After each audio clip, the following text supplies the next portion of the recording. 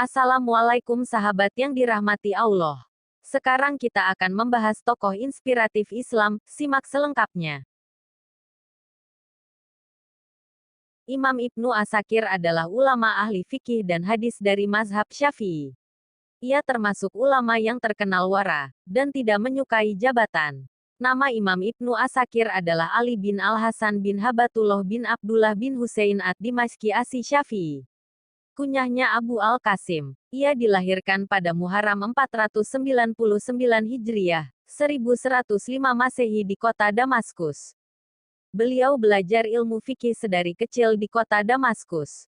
Ayahnya, Al-Hasan bin Habatullah, adalah seorang guru yang saleh, adil, cinta ilmu, teladan bagi para ulama, dan memiliki perhatian yang besar terhadap ilmu, khususnya bidang fikih. Lahir dari keluarga ulama, Salahuddin Al-Munjid dalam pengantar Tarikh Ibnu Asakir Jilid 1 mengatakan, lingkungan pertumbuhan Al-Hafiz Ibnu Asakir memiliki pengaruh besar yang mengarahkan beliau kepada ilmu dan menjadikannya seorang yang cerdas. Ia tinggal di rumah tempat perkara-perkara diputuskan, hadits-hadits dan fikih dikaji. Rumahnya dipenuhi dengan ulama-ulama besar dan hakim-hakim Damaskus. Sejak kecil Ibnu Asakir melihat para ulama dan mendapat pemahaman ilmu. Ayahnya seorang ulama saleh. Ibunya merupakan anak dari seorang ulama besar dari suku Quraisy, yaitu Yahya bin Ali bin Abdul Aziz, ahli fikih, gramatika bahasa Arab dan pernah menjabat sebagai kadi, hakim. Pamannya, Abu Al-Ma'ali bin Yahya seorang ahli hadits di Damaskus yang juga pernah menjadi hakim. Kakaknya, Imam Zainuddin Habatullah adalah ulama ahli bidang fikih dan hadits pernah menjabat sebagai mufti. Saudara laki-laki satunya, Muhammad bin Al-Hasan juga ahli hadits. Dari keluarganya inilah, Ibnu Asakir banyak belajar, terutama di usia mudanya. Imam Ibnu Asakir dibesarkan dalam keluarga yang berpendidikan tinggi. Beliau mulai belajar ketika berumur 6 tahun kepada kakak laki-lakinya, Syekh Al-Sohin, dalam bidang fikih, dan dalam bidang bahasa dan sastra Arab di bawah bimbingan kakeknya sendiri, Abu Al-Mufaddal Al-Qurasyi.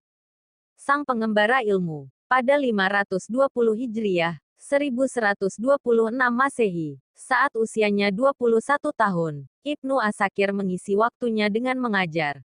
Pengetahuannya yang luas tentang riwayat-riwayat hadits ia dapatkan ketika mengumpulkan matan-matan, sanad-sanad, menghafal, dan membaca.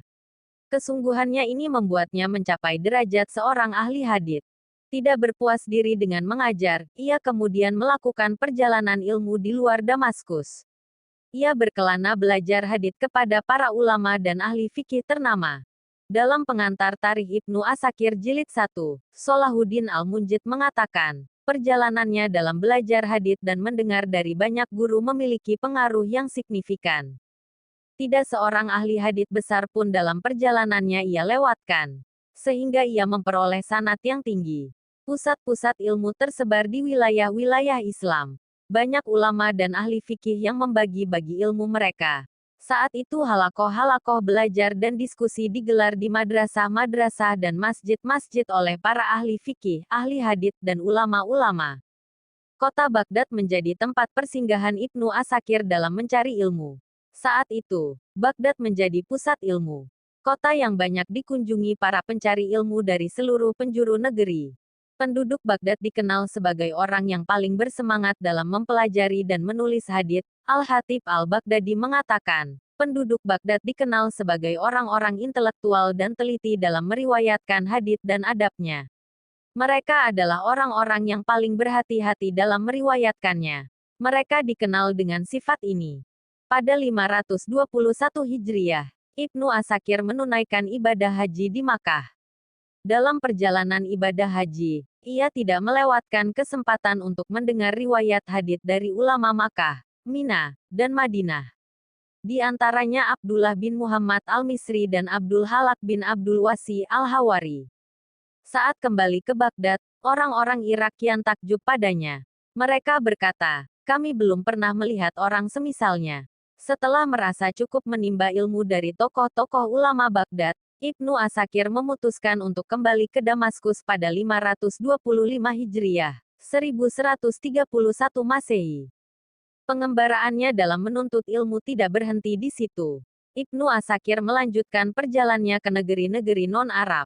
Ia berangkat ke Asbahan, Naisabur, Merv, Tabriz, Khosrowyet, Bastam, Damgan, Rai, Zanjan, Hamadan, Herat, Sarakes, Semnan, Abhar, Hui, Maran, Del. Perjalanannya di negeri non-Arab berlangsung selama 4 tahun. Dalam perjalanannya ke negeri-negeri non-Arab, Ibnu Asakir berhasil bertemu setidaknya 1.300 ulama. 80 di antara mereka adalah perempuan. Banyak pelajaran yang ia dapatkan dari guru-gurunya. Ia pun berhasil menghafal banyak buku. Ibnu Asakir kembali ke Damaskus di usia 43 tahun setelah mematangkan ilmu yang telah dicapainya. Ibnu Asakir menyibukkan dirinya dengan mengarang kitab, mengumpulkan hadits dan riwayat, serta mengajar hadits di Masjid Umayyah, Damaskus, dan Madrasah Dar al-Sunnah yang didirikan oleh Al-Malik Al-Adil Nur al-Din Mahmud bin Zanki. Salah satu pahlawan Islam dalam Perang Salib. Sultan Mahmud bin Zanki sangat peduli dengan keilmuan dan pendidikan Islam. Ia sibuk berperang, tetapi tidak melupakan kaderisasi umat. Maka, di tengah kecamuk perang, dunia Islam tidak pernah absen dengan ulama-ulamanya. Kepakarannya dalam ilmu hadits telah menjadi perbincangan hangat para ulama di negeri Syam. Sehingga ia diberi gelar Al-Hafiz. Ia memiliki murid yang menjadi sultan dan panglima besar Perang Salib, yaitu Sultan Salahuddin Al-Ayyubi. Ibnu Asakir merupakan ulama produktif. Hasil perjalanannya mengembara ilmu ia tuangkan dalam tulisan-tulisannya. Karyanya mencapai lebih dari 60 buku. Karya yang paling monumental adalah Tarikh Madinah Dimasyik, yang ditulis sampai 105 jilid. Kitab ini memaparkan sejarah kota Damaskus dan mencatat laporan-laporan tentang tokoh-tokoh dan ulama serta penguasa yang pernah mendiami Damaskus. Pribadi Ibnu Asakir terkenal dengan wara. Ia menolak diangkat sebagai hakim dan pejabat kenegaraan.